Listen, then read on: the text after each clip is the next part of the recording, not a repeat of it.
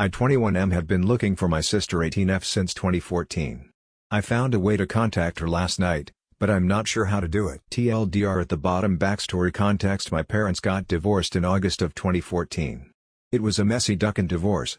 One of the worst I've ever known, and I know quite a few of my friends' parents. Half of his pension he had just retired after 11 years in the army plus 25 years in the police. She was cheating medical benefits during this time. Half of the house, the mortgage on which she never contributed to, and even tried to get half of the compensation my dad was awarded after being hit by a car. ICU medically induced coma plus in various hospitals and rehab centers from November 2015 January 2016. Yes, the divorce took almost 2 years. Long story short, she bankrupted my dad. We were on the verge of homelessness for a while. He spiraled into depression, which drugged me into depression. Things were ducking bad for us. She also tried to use me and my sister as a weapon against him. She moved to Surrey, a place near London 200 miles from where we were living at the time, to be with the man she was cheating on my dad with. My sister, 14 at the time, went with her. My mum tried to make me come too. I wasn't NC at this point, but I had just started a software development apprenticeship at the time, so I stayed with my father. Things were okay. I even went down to Surrey to see them. It was when I was down there that I overheard my stepfather chatting shite about my dad, a man he had never met. Calling him worthless, good for nothing, not a real man was thrown in there a couple times. She was laughing along all the way. Obviously, I was upset. When I got back home, I texted her to let her know that I knew what he had been saying. This led to a barrage from her side and telling me never to talk or attempt to contact her, my stepfather, or, and this is the only thing that killed me, my sister. I happily obliged with the first two. I carried on talking to my sister through Facebook, saying things like, "I will never not love you. You'll always be my sister." She said similar things back, and said she missed me. I went to message her one day, and she'd blocked me. I got a text from her, saying that the way I spoke to my mum and stepfather was disgusting and that they have been nothing but amazing to me and her. When I first read it, I thought it was weird when my dad got the exact same text word for word, despite not saying anything to either of them. I knew it was my mother pretending to be my sister. I texted her back something along the lines of, "Your bullshit has always been easy to see through, Mum's name." I didn't get any message back. Now's not the time to go into it, but after many a drunken conversation with my dad, I found out my mum was always emotionally abusive and a total narcissist. When she found out I tried to kill myself, she mentioned in a letter to another family member that I should have tried harder. I never want anything to do with her again. The issue at hand. As mentioned above, my father was bankrupted. He had no money left to fight for custody of my sister. I know he'd do anything to see her again. Going through courts is no longer an option. We don't know where they live, we don't have the money. Fuck, we don't even know if any of them are still alive. Until yesterday. My girlfriend and I were scouring the web for any online presence of any of them, when she found a Facebook profile for my sister that was created around 2 weeks ago. It only has one profile picture, and the privacy settings are on pretty much maximum. You can only message it. She sent me the link to it and I'm blocked. However, given what happened with the text message a few years back, I'm inclined to believe that's in part due to my mother.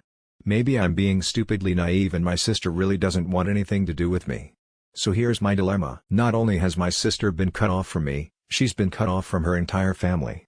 All her aunts, uncles, and grandparents are not allowed to contact her, lest they corrupt her mother's words into seeing me and my dad again. I can message my sister if I create a new Facebook account.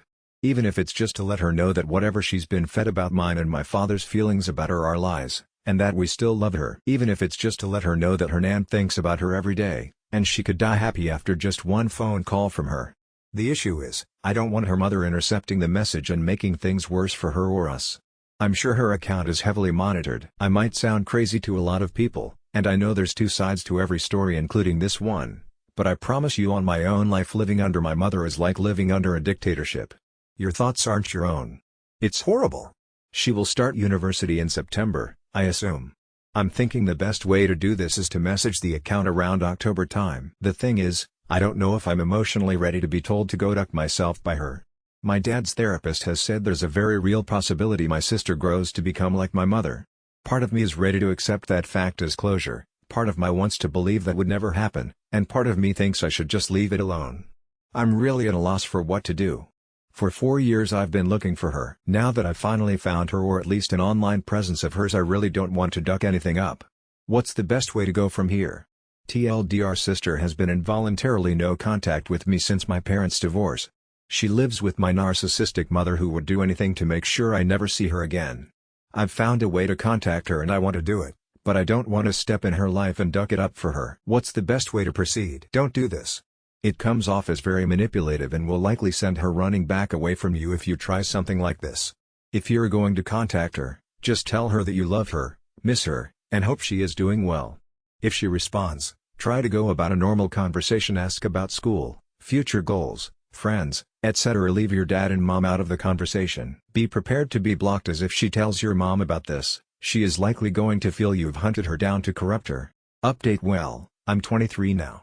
Finished university, starting a real job, dad and I no longer have depression, life is pretty good.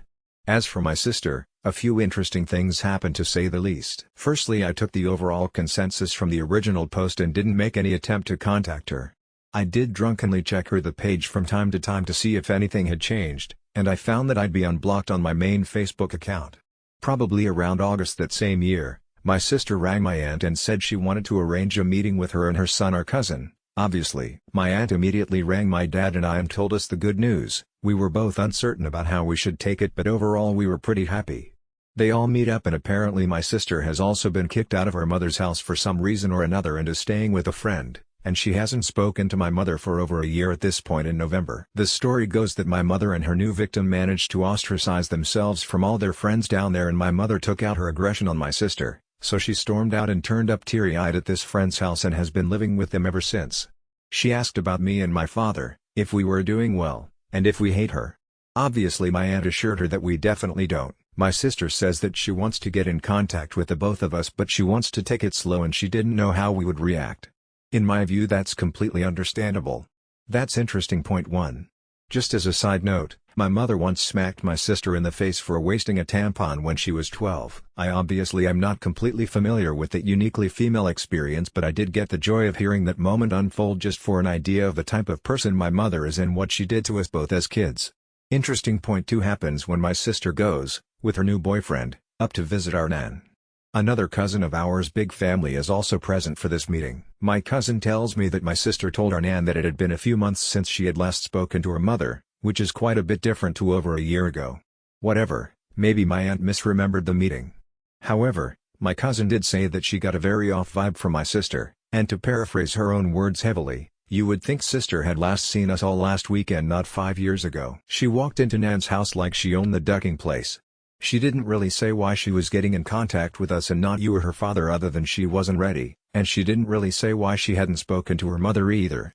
I don't know, I wasn't happy with it at all, and we were all thinking that you two, my father and I, should be in that room, not us. But maybe your mother has made me too paranoid. My nan is my maternal grandparent. I phoned her as often as I can, which isn't as often as I would like it to be admittedly, and I know I'll kick myself for it. I digress. Every time I do phone her, she always asks about my dad and his new partner, and sends them both birthday cards, Christmas cards, so on. To me it just speaks volumes about the type of person my mother is when her mother is more concerned about the well-being of her ex-husband and his new partner. Just trying to get this point home to any doubters. 3 occurs when I find out that my sister asked my nan for some money to help her out with university and not living with her mother anymore. My nan, being the lovely little 86-year-old Welsh sweetheart that she is, gave her around £2,000. Now, I'm happy to be proven wrong here, but asking for £2,000 within a few hours of reconnecting with family that you haven't seen or made contact with for 5 years is very strange.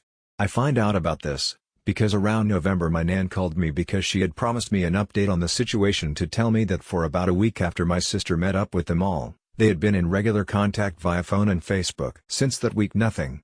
Unreturned voicemails, Facebook messages left on read. My sister had taken the money and ducked off. I spent the day reassuring my nan that she hadn't done anything wrong, and she definitely wasn't the idiot she thought she was for giving my sister the money. 4 is the least interesting, but you'll be pleased to know that my ramblings end here at least. It should go without saying that since the first meeting in August with my aunt and her son, neither my dad nor I have had any direct contact with my sister. On Boxing Day, my sister finally calls my nan and wishes her a Merry Christmas. My nan says thanks and hangs up. In January, on my nan's 87th birthday, my sister calls up and wishes her a happy birthday, and also mentions that she's having some money problems. My nan rolls her eyes and hands the phone to my aunt, who buys my sister's sob story hook, line, and sinker, and rings me to tell me the, quote-unquote, Good news in that it's different this time, she really wants to see you. Around May, which is my birthday month BTW, my sister sends a text to my aunt to see if she has any old pictures of her. My aunt says she doesn't, but that me and my dad might, which we do. My sister sends a text back saying that she will get in touch with us. I know this is gonna come as a complete shock, but it's been radio silence since, and in all honesty I'm fine with that. To me, it's crystal clear who my sister has grown up to be like. Toying with family members' emotions, treating her own presence as a gift and using it to manipulate money out of people, inconsistent stories about her relationship with the one person she knows would be a deal breaker if the rest of the family knew was still involved, and terrible at hiding her true intentions. Will she ask me for the photos? Probably not. Unless she gets really desperate and exhausts all other avenues for exploiting money out of people with pity stories, but even she knows that I know exactly who that money is going to. My mother knows that she's not in my nan's will at this point. If she does want to meet up, I will bring the photos with me. Part of me wants to bring 2 envelopes, half of the photos in one envelope, the other half shredded up in another, and depending on how well the meeting goes depends on which envelope she gets. I won't do that, but at the thought of being that petty is very tempting. I'm not holding my breath. She was 14 and I was 17 the last time I saw her. She's turning 21 this year and I was 23 in May. I've had my years of anger and grief and done my time with depression. I've hurt many people in many relationships along the way. I'm still learning what's normal and what isn't, but on the whole my life is split up into before and after, and for the most part my sister lives and will remain in the before. Somewhat because I want to maintain the memory I have of her and not taint it by knowing what she has become, somewhat because I'm not ready to go through what I overcame again. I've accepted my role in the universe as the recipient of bad karma to make up for all the good karma that randomly happens to other people. I'm okay with that. For the first time in my life, I've been the one in control. As for my attitude to her and my mother, the best word I could adequately use to describe it is ambivalent. They could win the lottery and be on the news tomorrow, or they could get hit by a bus. My reaction would probably be the same. To everyone else out there with estranged parents or other family members, the one thing I learned is that estrangement is the best thing they'll ever do for you. DL Doctor, I didn't contact her, and it turned out to be a good thing, but not for the reasons I thought. Edit. Thank you all for your comments. I did my best to reply to everybody, but given the response to the original post I had no idea this would get so much attention. To the people that shared their similar stories, I hope you're all keeping well and staying positive and making the most out of what you've been dealt in life. Hard times make strong people. In reference to my idea of ripping up the photos, that was always only ever half serious. I wouldn't do something like that. It's petty, wouldn't be fair to my sister, and would only give me short-term satisfaction in the form of a pathetic one-up. I realized that before writing this post in reference to the bad karma line. I actually think I'm a very lucky man, all things considered. I'm where I want to be in life, I have a fun and happy and stable family around me, and I'm confident in the person I've become. That line is a glimpse into my personality. Some people got that, some people were genuinely concerned for me, which I do sincerely appreciate. The black dog never really stops chasing you, but I get a much warmer feeling from being able to laugh at a universe that is seemingly constantly shitting on you than I do from pretending that everything is okay. That's what I meant by that line. Thanks again to everyone for taking the time to read. It felt good to get this off my chest and know that a lot of people think I'm making the right moves. A good amount of people made the fair comment that my sister is still young and still possibly under my mother's influence. I appreciate those people taking the time to give feedback and advice, but ultimately my life had already moved on. I made peace with the fact that I may never see my sister again long before the events I've detailed out here. And when this all kicked off, the closure and acceptance I had moved on from began to unravel. I'm not ready to go back into dark days off of a risk that everything might be okay. Yes, in the future we may reconnect, but for now I am focused on my own life and am content with taking some of the rare happy memories I had of my family and my childhood with me, untouched by these developments. It would be a good idea if your whole family committed to not giving her any more money.